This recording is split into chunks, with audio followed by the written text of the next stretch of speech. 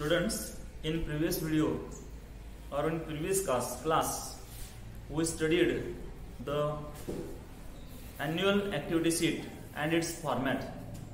It is for 80 marks, and now we are going to study the next part of activity sheet. विद्यार्थी मित्रांनो, आपण कालच्या परवाच्या तासाला ऍक्टिव्हिटी शीट पाहत होतो आणि ऍक्टिव्हिटी शीट जे आहे त्यामध्ये क्वेश्चन 4D बघत होतो आणि आपण थांबलोय.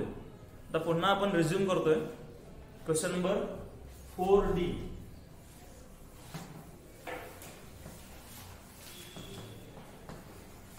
Activity sheet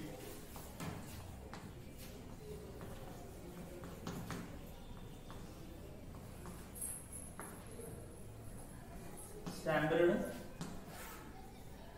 11th English.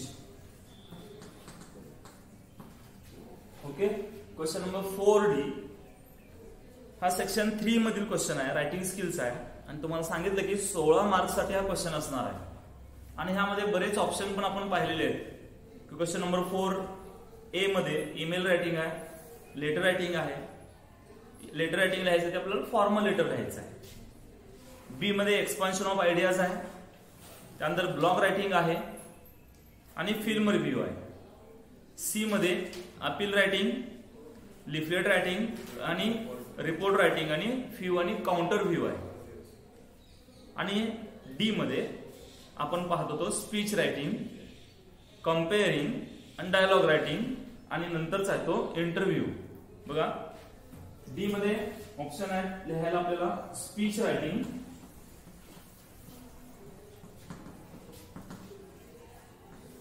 त्यानंतर आहे कंपेअरिंग,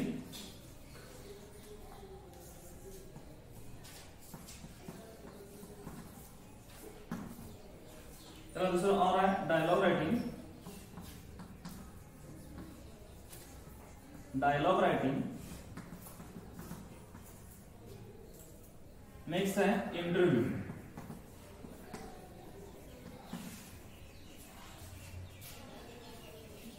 दिस इज फॉर 4 मार्क्स. तुम्हाला जे 2 ऑप्शन दिले जाते कुठलेही, कळते का? In question paper 2 options will be asked and you have to write 1 question. त्यातला काय सोडवायचा आहे? एकच प्रश्न सोडवायचा आहे. त्यामध्ये स्पीच रायटिंग ऑकेजन दिलं जाईल तुम्हाला, कळते का? एखादा प्रसंग दिला जाईल आणि त्या समजा तुमचा हे आहे फेअरवेल किंवा वेलकम फंक्शन आहे, स्वागत समारंभ आहे 11वीचा, आणि त्या स्वागत समारंभासाठी तुम्हाला काय करायचं आहे तर भाषण करायचं आहे आणि ते भाषण लिहा. 10वी मध्ये झालंय ना, 9वी 10वीला झालाय टॉपिक हा. बिगिनिंग आहे, त्याचं मिडल आहे आणि एंड आहे. सुरुवातीला कसं असतंय, हेडिंग टाकायचं, हेडिंग लिहायचं, त्यानंतर डिअर सर मॅडम, बरोबर, आणि स्टार्ट करायचं good morning all of you. Okay, I am तुमचं नाव सांगायचं, कुठल्या वर्गात शिकत आहे, learning in 11th arts. Okay, आणि त्यानंतर काय करायचं, पुढं टॉपिकचं नाव सांगायचं, टुडे ऑकेजन सांगायचं, कोणत्या ऑकेजनला बोलला पाहिजे. Today I am going to express my views on, कशावरती तुमचं मत मांडावा ते लिहायचं. फॉर एक्झाम्पल ब्लड डोनेशन वरती बोलायला आहे किंवा स्वागत समारंभासाठी आभार मानाल तुम्ही 12वीच्या विद्यार्थ्यांचं स्वागत केल्याबद्दल, बरोबर, किंवा कुठलंही पोल्युशन टॉपिक कोणताही असेल त्या टॉपिकवरती तुम्ही बोलालाय आणि स्पीच रायटिंग आपल्याला लिहायचं आहे. आणि शेवटी मुद्दे काय काय बोलणार आहे ते सांगायचं आहे आणि त्यानंतर त्याच्यावरती सविस्तर आपल्याला एक्झाम्पल्स देऊन, एका दुसरं एक्झाम्पल देऊन स्पीच सांगायचं आणि लास्टला कन्क्लुजन करायचं आहे, म्हणजे समारोप करायचा आहे. ते झालं स्पीच रायटिंग मध्ये. ओके, द कंपेअरिंग म्हणजे काय तर सूत्रसंचलन कार्यक्रम असतो ना. सूत्रसंचलनामध्ये कोणकोणत्या गोष्टी असतात सांगा बघूया.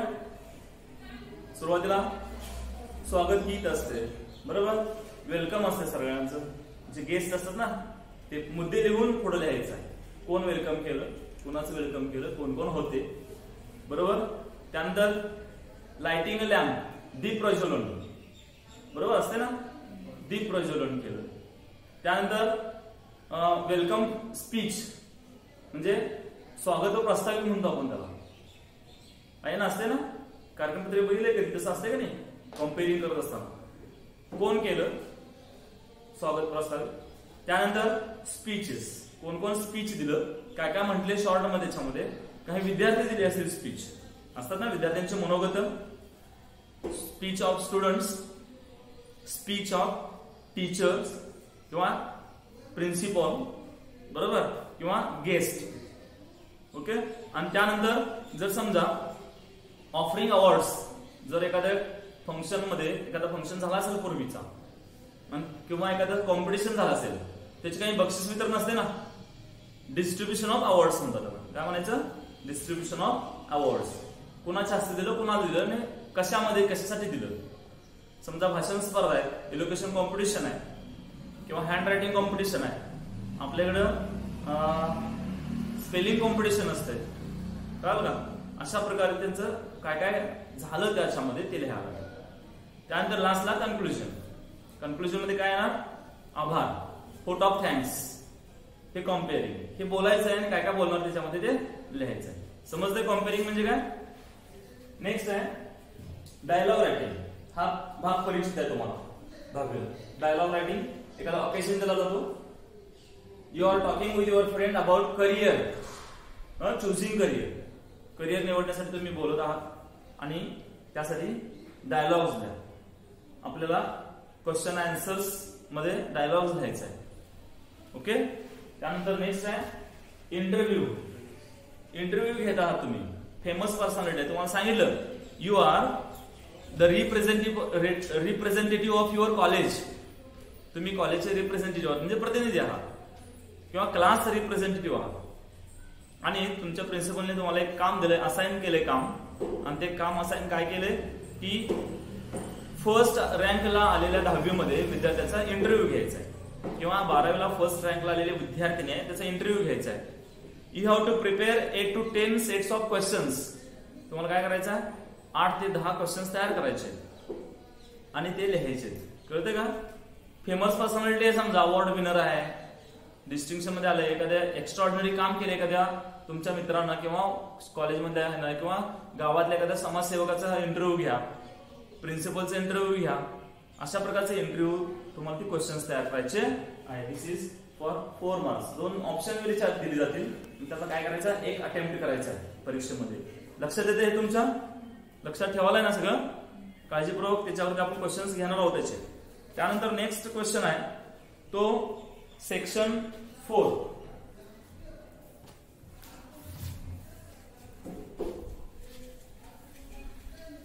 Write down in your notebook section 4.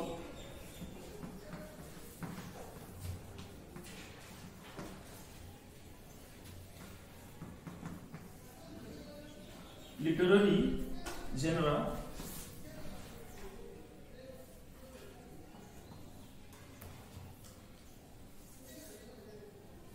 Marks आहेत 16 मार्क्स. टोटल क्वेश्चनला 16 मार्क्स आहेत. याच्यामध्ये question 5 A, complete the activities.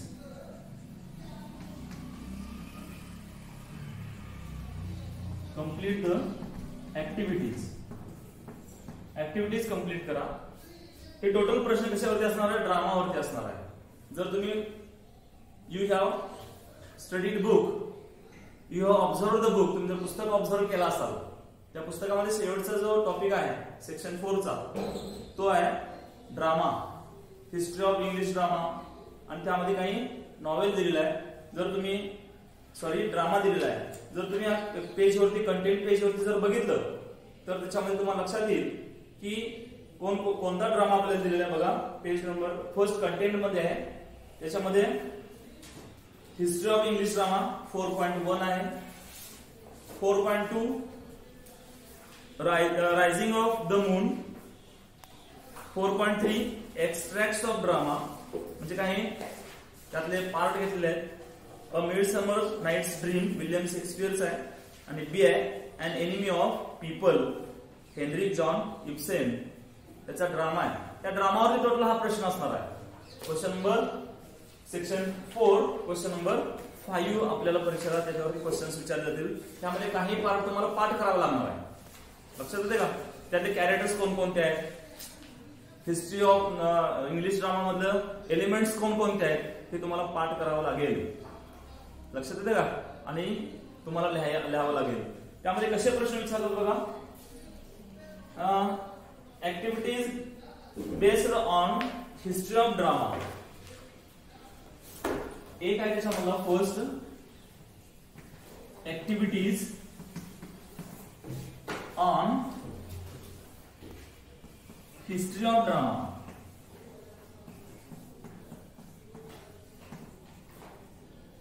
म्हणजे ड्रामा म्हणजे नाटक. नाटकांचा इतिहास, हिस्ट्री ऑफ ड्रामा, त्याच्यावरती प्रश्न विचारला जाईल. दुसरा आहे तोही सेम तसाच प्रश्न असेल, लिहा तुम्ही. हा असेल 2 मार्क्सला आणि हा देखील असेल 2 मार्क्सचा. त्यानंतर याच्यामध्ये प्रश्न कसे विचारले जातील, ऍक्टिव्हिटीज काय असतील, MCQ questions, match the following म्हणजे जोड्या जुळवा, मॅच द फॉलोइंग कॉलम्स, त्यानंतर क्रोनॉलॉजिकल ऑर्डर,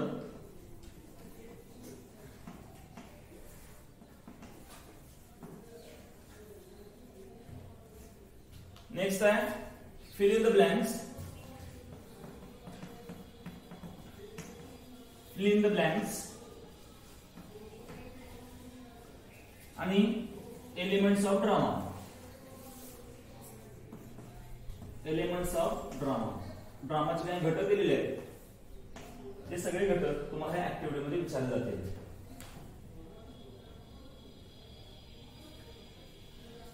हा सगळा प्रश्न कशावरती असेल, 4.1 वरती असेल.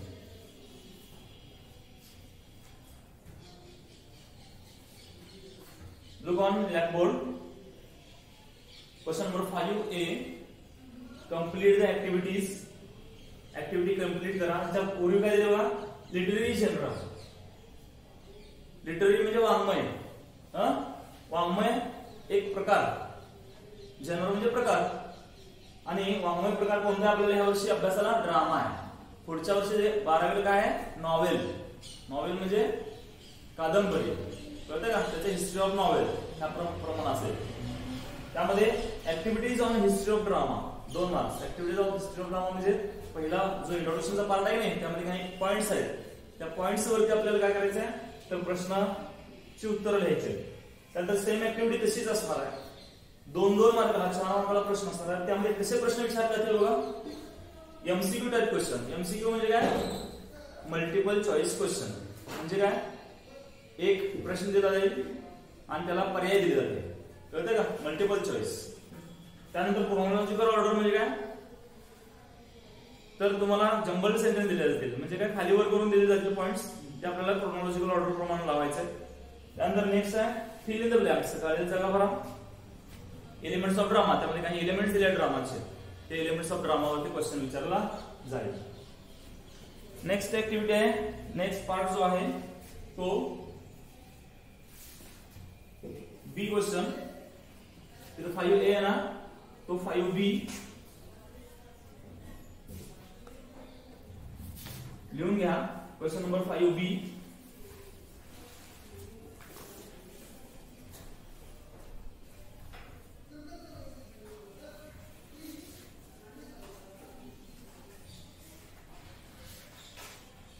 Question number 5B. Answer in about 50 words. 50 शब्दामध्ये उत्तर लिहा. 50 शब्द म्हणजे साधारणतः किती ओळी होतील सांगा बघूया. एका ओळीला 5 ते 6 शब्द जर धरले तर किती ओळी लिहा, 8 ते 10 ओळी लिहावं लागेल. कळलं का? तर एका प्रश्नावर उत्तर 8 ते 10 ओळी लिहायची अपेक्षा आहे. आणि हा प्रश्न असेल क्वेश्चन based on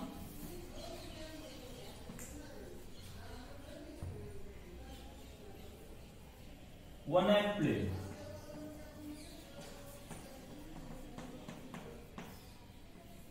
हा प्रश्न वन ऍक्ट प्ले वरती अवलंबून असेल. म्हणजे एकांकिका, वन ऍक्ट प्ले म्हणजे एकांकिका म्हणजे नाटक जे आहे त्या नाटकावरती आपल्या जो परीक्षा पुस्तकामध्ये दिलेला आहे टेक्स्ट बुक मध्ये त्याच्यावरती प्रश्न विचारला जाईल. क्वेश्चन्स कसे विचारले जातील त्याच्यावरती बघा. क्वेश्चन्स कशा पद्धतीचे असतील तर questions will be asked on plot, structure of drama, then theme, then setting,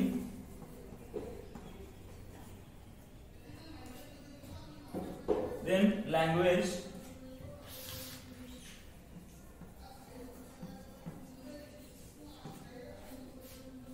characters.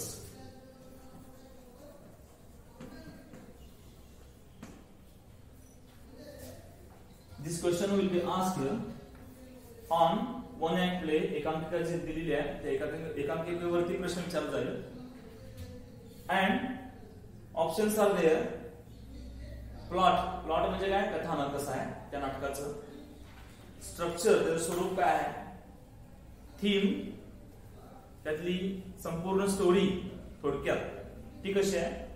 Setting म्हणजे ते कुठल्या कशावरती कुठं चित्रित झालेलं आहे, म्हणजे विलेज आहे की जंगल इन फॉरेस्ट आहे. सेटिंग काय आहे त्याचं, कशा पद्धतीचं आहे. त्यानंतर लँग्वेज, लँग्वेज कशी आहे त्याची त्या एकांकिकेमध्ये. आणि कॅरेक्टर्स कोणकोणते आहेत ते कॅरेक्टर्स सुद्धा तुम्हाला विचारले जातील. एक कॅरेक्टरचं नाव देतील आणि सांगतील डिस्क्राईब, वर्णन करा त्या कॅरेक्टरचं. कळते का नाटकामध्ये आलेले कॅरेक्टर. म्हणजे याचा अर्थ काय, you have to study details. तुम्हाला काय करावं लागेल, डिटेलमध्ये अभ्यास करावा लागेल या नाटकाचा, त्यातले कॅरेक्टरचा अभ्यास करावा लागेल. समजते सगळ्यांना. आणि अशा पद्धतीने हा प्रश्न विचारला जाईल. त्यानंतर नेक्स्ट क्वेश्चन जो आहे तो त्याच्यामध्ये बी मध्ये 1 क्वेश्चन 5 बी मध्ये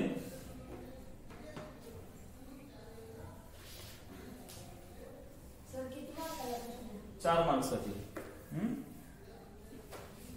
आता डिटेल मध्ये बघणार आहे. त्यामध्येच डिटेल मध्ये खाली लिहायचं एक कसा विचारला तो प्रश्न, डिटेल सांगालोय. आता जे प्रश्न दिला ना प्लॉट मध्ये, स्ट्रक्चर मध्ये, लँग्वेज मध्ये काय डिटेल मध्ये विचारता येईल. 2-2 मार्काचे प्रश्न असतात हे. प्रत्येक ऑप्शन बी 4 मार्काला, ए 4 मार्काला, सी 4 मार्काला आणि डी 4 मार्काला, असं 4×16. Okay. Drama is for 16 marks. Drama आपल्याला 16 मार्क्ससाठी असणार आहे. त्यामध्ये काय विचारता येईल, डिस्क्राईब वर्णन करा. त्यानंतर एक्सप्लेन स्पष्टीकरण देणे, एक्सप्लेन करा. त्यानंतर कंपेअर तुलना करा. नेक्स्ट आहे कॉन्ट्रास्ट, दोघांच्या मधला फरक सांगणे, कॉन्ट्रास्ट. देन नेम नाव द्या आणि डिस्कस चर्चा करा. अशा पद्धतीने हा एक क्वेश्चन त्यामध्ये 1 असणार आहे आणि ह्यासाठी मार्क्स आहेत 2 मार्क्स. बघा, describe, explain, compare, contrast, name and discuss असं त्या प्लॉट वरती, कॅरेक्टर्स वरती जे पाहिलं ना आपण पॉइंट्स लिहिले त्याच्यावर तुम्हाला प्रश्न विचारते. त्यानंतर दुसरी ऍक्टिव्हिटी जी आहे, दुसरी ऍक्टिव्हिटी त्यामध्ये ते पण मार्क्स 2 ला आहे. Illustrate,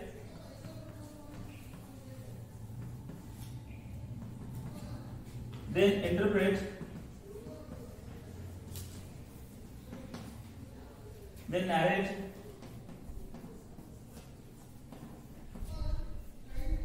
justify,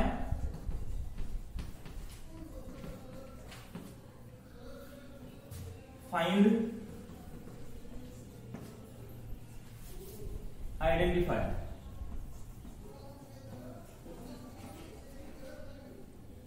This is also for 2 marks. Question A for 4 marks. Question B for 4 marks.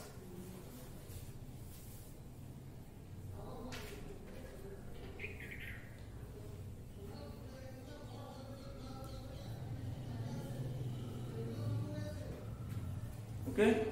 Next part पाहतोय आपण क्वेश्चन 5C.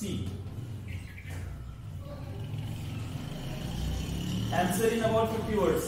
असाच क्वेश्चन आहे. मगाशी आपण बघितला ए मध्ये answer in about 50 words. 50 शब्दामध्ये याचं उत्तर लिहायचं आपल्याला. हा मात्र क्वेश्चन असेल युनिट 4.2 वरती. म्हणजे तुम्हाला लक्षात येत आहे की कोणत्या टॉपिक वरती किती मार्क्स साठी वेटेज दिलेलं आहे, त्याला किती मार्क्स साठी क्वेश्चन असणार आहे तो.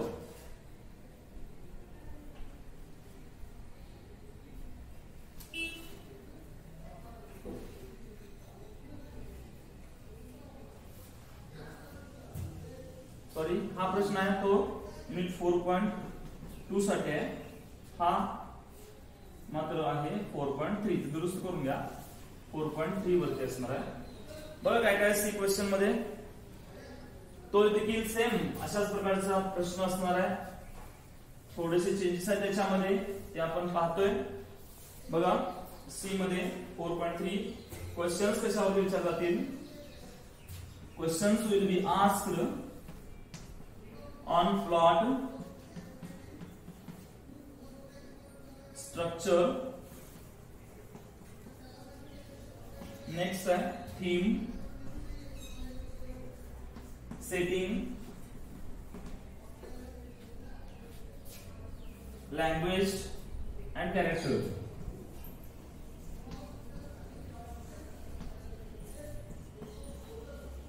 Characters,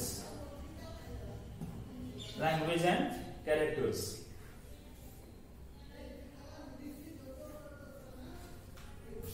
त्यामध्ये 1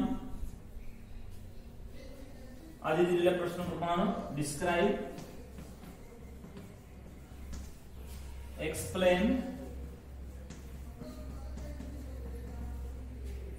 compare,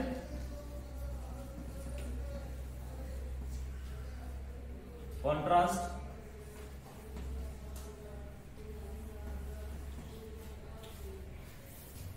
name and discuss. This is for 2 marks.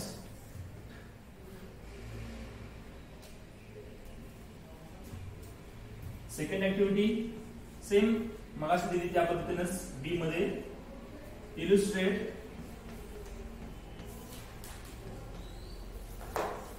interpret, next है justify,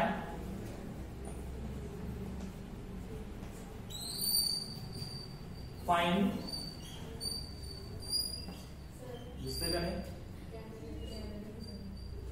दिसत नाही का, कुठून दिसत नाही, इथून केवळ दिसत नाही. Okay, we will write on top find,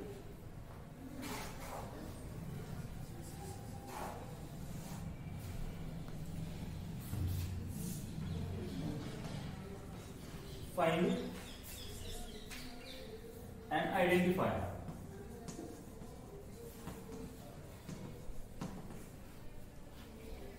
This is for 2 marks. So total C question is for 4 marks. Then question 5D. Question 5D. Answer in about 50 words.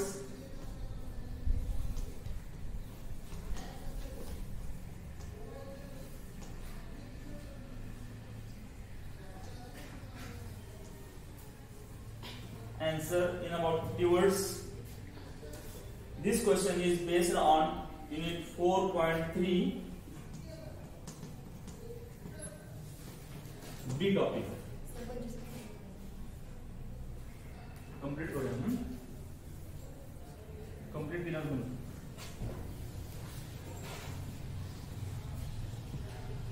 तीसचं चालतं. 4.3b 1 is as above.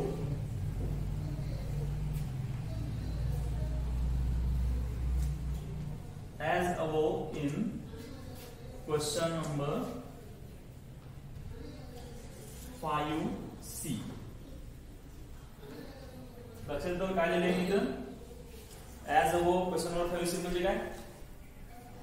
Question number 5C मध्ये जसे प्रश्न विचारले जातील तसेच प्रश्न विचारणार, पण कुठला टॉपिक असेल 4.3b म्हणजे त्यातला फर्स्ट असेल तो मार्क्स किती आहे त्याला 2 आणि 2 नंबरचा असेल त्याला मार्क्स किती आहे 2. ओके. क्वेश्चन 5D हा आपल्याला अशा पद्धतीचा असेल. वरती जो दिलेला आहे तेच पुन्हा लिहून घ्या तुम्ही. बघा एक्सप्लेन, इलुस्ट्रेट वगैरे ना, आयडेंटिफाय, जस्टिफाय आणि त्यामध्ये कॅरेक्टर्स वगैरे सेमच तसाच क्वेश्चन विचारला जाईल. एक आहे तो 2 मार्क्स साठी आणि दुसरा प्रश्न आहे तो 2 मार्क्स साठी. Total 4 marks. म्हणजे drama is for 16 marks. Okay. आता याचं मार्क्स डिस्ट्रीब्युशन कसं आहे ते तेवढं बघू आणि आपण थांबूया.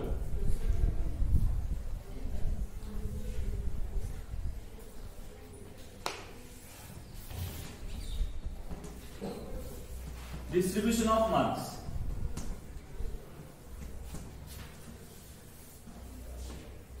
Marks distribution. मार्क्स कशा पद्धतीने डिस्ट्रीब्यूट केलेले आहे, विभागणी कशी केलेली आहे मार्क्सची. डिस्ट्रीब्युशन म्हणजे विभागणी, गुण विभागणी म्हणूया त्याला आपण. कशी केली आहे. प्रोज साठी 34 मार्क्स. Prose 34 marks. नेक्स्ट आहे poetry 14 marks. Writing skill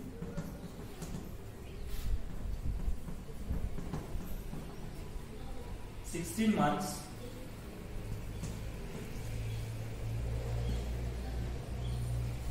And drama for 16 marks. Total question paper is for 80 marks. Okay. तुम्हाला लक्षात आलं असेल की ऍक्टिव्हिटी शीट अॅन्युअल एक्झामची म्हणजेच वार्षिक परीक्षेची ऍक्टिव्हिटी शीट आपल्याला 80 मार्क्सची असणार आहे. त्याचं distribution of marks. Prose for 34 marks, poetry for 14 marks, writing skill for 16 marks with options, drama 16 marks with options. आपल्याला ऑप्शन्स असणार आहे त्याच्यामध्ये 16 मार्काचे लिहायचे आणि टोटल अॅन्युअल शीट जी असणार आहे वार्षिक परीक्षेला जी ऍक्टिव्हिटी शीट असेल ती 80 मार्क्स. 80 marks return. ओके. आणि 20 मार्क्स ओरल. अशी टोटल आपल्याला गुण कसे असणार आहे 100 मार्काचा गुणदान असणार आहे. ओके. Thank you very much.